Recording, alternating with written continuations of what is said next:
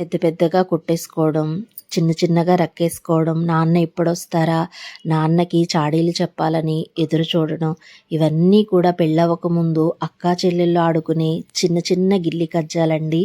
అక్క పెళ్ళైపోయి వెళ్ళిపోయిన తర్వాత అక్క మళ్ళీ ఎప్పుడొస్తుందా అని ఎదురు చూడడం, చెల్లికి పెళ్ళయిన తర్వాత తల్లిగా అక్క బాధ్యతని చెల్లికి తల్లవ్వడం, ఇవన్నీ కూడా అక్కా చెల్లెళ్ళ అనుబంధంలో ఉండే తీయని జ్ఞాపకాలండి.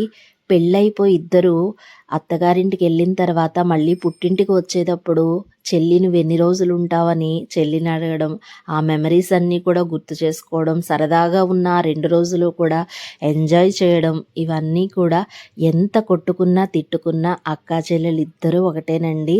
అసలు అక్కా చెల్లెళ్ళ పెళ్ళయిన తర్వాత అమ్మ కూతుళ్ళుగా అయిపోతారు. ఆ బంధంలో ఉన్న మహిమే అదలాంటిది.